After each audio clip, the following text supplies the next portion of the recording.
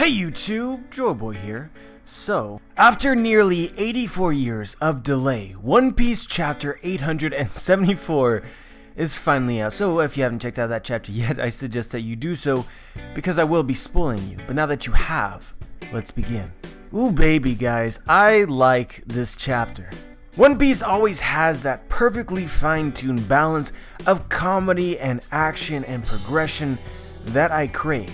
But I do get the feeling that this is just the calm before the storm, that the real exciting bit is going to happen very soon. There are some people that as of the recent chapters believed that this arc was going to end, and even now desperately crave Wano. Even the editor said that Whole Cake Island would essentially be done around this time in the story, but I just don't see it. But for sure, those who said that as though it was factual information should be sweating about now, because as revealed in this last chapter, even if they were make it to their ship, right, Katakuri is waiting for them there. And even if they were to make it past Katakuri, get on their ship and travel outside Whole Cake Island, there are fleets upon fleets and islands that would block their path and keep them from doing this. As stated in the past, really, I think that the only way that the Strats are going to make it out of Whole Cake Island is if the Big Mom Pirates cannot deal with Mama's rage and thereby essentially are massacred. In that way, I could see the Strats forcing their way out, but it's so un-One Piece-like for Big Mom to essentially kill her entire crew, including characters that we are now growing fond of, including Peckham's, Pound, and in this last chapter, 100% Pudding. And when I say 100% guys here, it is 100% my feelings about the situation. Of course, there will be some who still doubt whether or not Pudding will end up being an ally or being a friend by the end of this arc. But anyway guys, as before, I just don't find Escape to be all that feasible, and this is without me mentioning the fact that the way to save Big Mom is to make a cake that would match her imagination, which is just oh so too perfectly set up for Sanji to assist Pudding in the making of it. But that being said, I think that there's also ways that you could rationalize and argue for these Strats actually leaving. There is always some possibility in every situation, and regardless of whether or not I believe in it or not, doesn't make my beliefs fact. And so, like here, I'm going to throw out some speculations for you that could potentially lead to the Strats actually being able to escape Whole Cake Island without really dealing with specifically Big Mom's rage or Sanji making the cake, if you're absolutely against that theory, which is that Big Mom and the Strats are heading towards Katakuri. I think it's almost guaranteed that they'll make it to their ship because Katakuri specifically brings it up. He's waiting at the ship just in the case that they manage to make it back, which means of course that they're going to do that, which would set up Big Mom encountering Katakuri, as well as the Strats. And then I could see that it being possible for Big Mom to take out Katakuri, solve the problem for them, they find some magical way to get on their ship, and then they head out. But of course they can't escape Whole Cake Island because all of Big Mom's forces are trying to stop them, and that's where someone like CP0 or Stussy would come into the picture, and essentially cause havoc for the Big Mom Pirates, allowing the Strats an opportunity to escape. So as I said guys, many different perspectives can be rationalized, but this is just not something that I believe. I think that, and regardless of this, I think that there's many chapters left in Whole Cake Island, so the editor's estimation, I think, is already clearly off. But the next few chapters will certainly decide where the future of this arc heads. And I really do strongly believe, and I want you guys to know how strongly I believe, that this will lead to Sanji making the cake for Big Mom with Pudding. What happens in the middle and how we get from point A to point B is usually pretty ambiguous. Like, before the last couple chapters, I would have never assumed that Nami still had the Vivre Card, would find King Bomb alive, and use that to essentially run through the Seducing Woods. But here we are, right? But anyway guys, let's talk about Pudding, and man, I feel very validated at this exact moment. And hopefully Oda doesn't make Pudding say something again that will make me again have to argue for the idea that Pudding will become an ally by the end of this arc. As you guys know, there's sort of like a note at the end of every single chapter, and in this chapter, the note was, "Those eyes are genuine." And so, I haven't researched all of the notes that have ever existed, but I believe the vast majority of them are trustworthy. But of course, I could be wrong here. But this editor's note, or this line at the end of the chapter, certainly echoes my own thoughts. You know, obviously I expected Pudding to say something like this as of the last chapter. I didn't think that it made sense for Pudding to actually threaten Chiffon. But, I mean, you could argue, perhaps, that she is acting in order to get Chiffon to do what it is that she wants. This is not my perspective, but I can see why you would think this. When it comes to characters who lie often, like the boy who cried wolf, you just don't know when to trust them or not. And I think that same thing applies to us as a fandom in regards to Pudding as a character. But that aside, she ended up saying that the reason why she wanted Chiffon to make the cake was not for her country or for her mama, but rather for Sanji and his crew. You know, it's so funny because I made a theory video recently suggesting there was all sorts of ambiguity and Pudding was conflicted, but it really was as straightforward as the answer normally is. Pudding was acting in front of her family because that's what she needed to do in order to accomplish what it is that she wanted to do. This is again assuming that what she said here is truthful. But my first question really is how in the hell is feeding Big Mom this cake going to help the Strats? They are equally screwed either way. Am I the only one who thinks this? Like, okay, you feed Big Mom the cake, she still hates the Straw Hats, so then the Straw Hats are still in Whole Cake Island. In fact, Big Mom now has her senses, so she's not attacking her own crew. Pudding, you know, if you're going to speculate that Pudding is lying, this would be one of the focal points that I would stick to because it doesn't make any sense. But we'll throw in this classic Joy Boy line. Pudding is just so conflicted because she's trying to find a way out of this impossible situation, and because of that, she's led herself to believe in something that just can't be true. I've said it before and I'll say it again. Feeding Big Mom the cake is not going to help the Straw Hats. What is going to help the Straw Hats is Pudding using her Memo fruit to edit Big Mom's memories. And in order for Pudding to edit Big Mom's memories and get away with it, then essentially the rest of the Big Mom pirates would have to be okay with it, which would mean that the Straw Hats would have to earn the respect of the Big Mom pirates, which might happen at some point in the future of this arc if we stay in Whole Cake Island. Sanji ends up making the cake for Big Mom. You know, Chopper notices that Big Mom's sickness and attempts to help her, and the Straw Hats defend the citizens of Whole Cake Island. I see people nearly every week speculate something along the lines of, oh well, this now makes X speculation not possible, and then events in the story change to make it more possible in the chapter following. Guys, again, the way to get to a specific plot point is not always clear, but that doesn't mean that it won't happen. In this situation, I am a huge proponent of staying the course. And in one way that I feel validated in doing so is putting specific reference of Sanji and his crew and her want for saving them. Again, guys, the relationship between Pudding and Sanji must be addressed further in this arc. If we can trust this line from the last chapter, which I definitely think that we can, then it becomes all the more clear that Pudding is falling in love with Sanji, and the Strats are just going to escape Whole Cake Island while Pudding and Chiffon make the cake for Big Mom, and all these events go down and they never meet, they never talk about it, their relationship isn't further explored. I don't think so. Pudding is all the way on the other side of Whole Cake Island while these Straw Hats are dealing with Big Mom and Katakuri on the southwestern coast. But I think that almost guaranteed, in the future of Whole Cake Island, they will meet again, wherever that might be, under whatever circumstance leads to it. And the last thing that I want to throw in here before I move on from Pudding is that if you guys skipped watching my Pudding for Nakama video or went into it for a little bit of time and didn't watch the video all the way through, I highly suggest that you do so. As I stated in that video, I think that there's only going to become more and more evidence that she might join, and I don't think that she'll join as I said in the video, but I think the discussion surrounding her is only going to become more important. Hell, even in this chapter, again, substantiating my thoughts about Pudding, she doesn't want to make the cake to help Big Mom or help the country. No, she wants to make the cake to help Sanji. This, again, further substantiates the idea that Pudding is dissatisfied with being in Whole Cake Island. But I do want to throw in here, related to Pudding, but not really, is I don't think that Pudding is going to successfully recruit Chiffon to her mission of making the cake. This is also something that I speculated as of last week. But even if Chiffon is moved by what Pudding desires, I don't think that Capone would allow her to stay there, because Capone and his crew are in danger by staying in Whole Cake Island. They need to leave as soon as possible.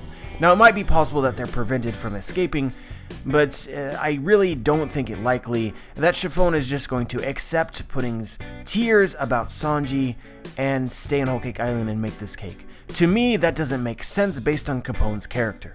I mean, he even said straight up to Peckham's that Peckham's was too emotional of a guy. He's all about saving his own skin. But at the very least, guys, I think it would be a huge plot twist for Capone to allow Chiffon to stay behind. But it is worth throwing out there that Chiffon has seemed to have developed a relationship with Nami, which would make her own motivation in this situation questionable. But anyway, guys, all of these reveals aside, I think the thing that I loved most about this chapter, that surprised me the most, was the fact that Nami was able to bribe Zeus into joining forces with them. Like 100%, guys. It's funny because I made a Vivre Card video just the other day, and it doesn't seem like I was right in my thoughts on that particular idea, but I completely overlooked the fact that Zeus and all of the other major homies are in fact homies. That, you know, Nami having the Vivre Card of Big Mom might be able to tempt them. But as it turns out in this chapter, it wasn't really necessary, because 100%, Zeus is Big Mom, as she was as a child, perhaps even as she is now. The fact that Zeus has a part of Big Mom's soul, what this chapter essentially confirmed, is by having that bit of soul, he also has her personality. Because all Nami need do is feed him, and she's essentially won him over for life. A lot of people in the spoiler section before this chapter dropped were complaining about this particular scene, but honestly, guys, I think it makes perfect sense, specifically after reading this chapter. Big Mom, as a 5 or 6 year old, we don't know exactly when she created Zeus, but I would imagine it was when she was very, very young, because we can see that she has it when she's in her early teens. And her personality is with Croakenbush, and Zeus with the little lightning clouds or whatever is 100% the same. And you guys should know me by now. I'm always throwing in plugs for the potential that Big Mom ends up becoming some sort of ally in the future. And I want you guys to know that Zeus having Big Mom's personality means that the Straw Hats have just made an alliance, made a friend with Big Mom herself. Which means, guys, that my theory essentially has already become true. I should title the video, Confirmed, Big Mom Straw Hat Alliance. But guys, you know, this is important. I want to point this out to you, which is that all Nami need do is feed Zeus to get Zeus on her side. If Sanji ends up baking the cake for Big Mom, and it's the most delicious thing that Big Mom has ever eaten, do you think that she could have a very similar reaction to what we just saw from Zeus? To say that it's not possible, I believe, is completely biased, and at the very least, something like this could work towards Big Mom forgiving the Strats and essentially allowing them to leave in some way or another. This could be comboed with other things, it could be by itself, we just don't know. Oda is Oda. But with this strategy established, right, what I'm really thinking about is, what can Nami feed to Prometheus and Napoleon to get them on her side as well? So I guess then that fires would like air or oxygen, and hat swords would like blood and hair? Yeah, we'll go with that one. But anyway, guys, I do want to talk a little bit about my Vivre Card theory of just the other day. And so as of the events of this chapter, it's essentially revealed that Big Mom does act like the Vivre Card. She can command the homies, which is what we already knew.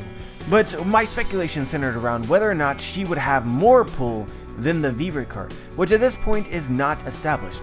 Oda did not emphasize the Vivre Card in any way in this last chapter. Nami did not use the Vivre Card to coerce Zeus into joining her. And so the question still remains that if Big Mom appears and basically tells Zeus to come back to her, to follow her orders, Nami could potentially compete with Big Mom with the Vivre Card. This is honestly what I feel like is being set up. I could be looking too much into this again. It could have no role to play. It could be that the food was enough, similar to how King Bomb can ignore Big Mom's orders because he would like to survive. But it is something that I still want you guys to think about. But anyway, guys, let's talk about the Spear of Elbaf. Holy shit, guys. I enjoyed that so much. And when I was initially reading it, I was like, this looks familiar. And it was actually very familiar. Going all the way back to the Little Garden arc with the giants, Dory and Rogi, they used the exact same attack to kill the goldfish sea king that was guarding that particular island. And I would kind of like to power compare here. I'm not usually for all of that, but it really doesn't seem like Big Mom's attack was all that different from Dory and Brogy's, until I realized one thing, that Dory and Brogy together created that attack that killed the goldfish. So does this mean that Big Mom is essentially double Dory and Brogy? If this were to be the case, I honestly felt like the power difference would have been far greater. So are Dory and Brogy underrated as far as their bounties are concerned? This is something that honestly wouldn't surprise me, based on the fact that a character like Crocodile had an 80, million berry bounty, when now that is viewed as fodder tier level. And so it's possible that early in the story, Oda didn't anticipate bounties going this high. I can't really say for certain. But it's also worth throwing out that Big Mom is also indestructible. Dory and Brogy for certain aren't, which would add to her strength, on top of just, I guess, brute attack power. But based on this attack, the Spear of Elbaf, it did seem like pretty much the same thing. But of course, I could be wrong. Perspective is always difficult to gauge in these sorts of situations. It's possible that Big Mom's traveled a lot farther than theirs, or was just in general a lot larger, like who knows. I also want to point out that Luffy specifically noticed that Big Mom's attack was an attack of the Giants of Elbaf, which suggests that at some point in the future, Luffy will learn of her connection to Elbaf, or at least that's how I perceive this. And so guys, we're kind of jumping all over the place, but I also want to talk about Sanji and the cake theory. And so, one thing that this chapter, I think, set up is Sanji learning about Big Mom needing the wedding cake and her being in a state in which she's essentially killing everyone and is hungry. The first thing that I want to point out to you guys is that before Big Mom went in a rage, her stomach growled. And this was specifically noted in a sound effect. We also know that Katakuri is waiting on the Strat ship, and as I said earlier, I think it's incredibly likely that these Strats end up making it to the ship, and then you have an encounter between the Big Mom pirates and Katakuri, Big Mom herself, and the Strats. It's in this situation that it's possible that Sanji learns that she needs the wedding cake, and we saw way back in the Baratie arc that Sanji cannot turn down someone in need of food, even if feeding them is potentially life-threatening.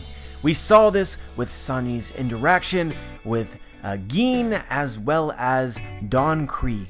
And also guys, as far as King Bum's death in this chapter, again, it seems like he died, but you gotta believe that he'll find a way to survive. His love is on the line.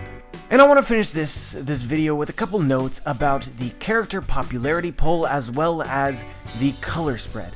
And so for the character popularity poll, I was honestly pretty fine with everything that happened. Jinbei was a bit high, but I think that was Japan showing support, knowing that Jinbei would join the Strat crew and telling Oda that they were for it, which I am completely for as well. There was a lot of people that hated on Jinbei, that didn't want him to join the crew, that argued tooth and nail that he wasn't Strat material, and we are here now, and it is almost guaranteed that he will join. And in fact, this chapter also provided the definitive evidence that he will in fact join, and that comes from the color spread. And so it seems like there's a bunch of random characters in the color spread, but how I interpret it is that there are every single character that was present in the top 20 of the character rankings poll. The only exceptions are Straw Hats. So basically you have Luffy and all the non-Straw Hat people that were present in the top 20, and one character that was in the top 20 that we don't see here is Jinbei, which puts him in the group classified as Straw Hat. But anyway guys, I was pretty satisfied with the list. I, like Roger's base, thought Brooks should have been much higher. I have no fucking clue why Cavendish made it up to 13. I honestly hate that dude. Hakuba is the only thing that redeems Cavendish even a little in my mind. I thought that Reiju was going to be where she was, but I would put her a bit lower, but I can understand why she's there. And I'm disappointed my man Frankie was the lowest rated Stride, because honestly he's like my favorite. And if you scroll down this list and go past the top 20, shit gets strange, guys. So strange that I don't have time to talk about it, but we just accept things for what they are, right? But anyway guys, that's all I have to say today. I honestly thoroughly enjoyed this chapter. There was plenty to talk about, and I'm excited for events to come in the story. And if I were to add my own opinion, I really hope that we stay in Whole Cake Island, because this is growing to become one of my favorite arcs. But let me know what you think. Let me know if you noticed anything from the chapter that I missed. Like the video if you liked the video, dislike the video if you disliked the video, subscribe if you want to be notified for my future content, and as always guys, have a wonderful day.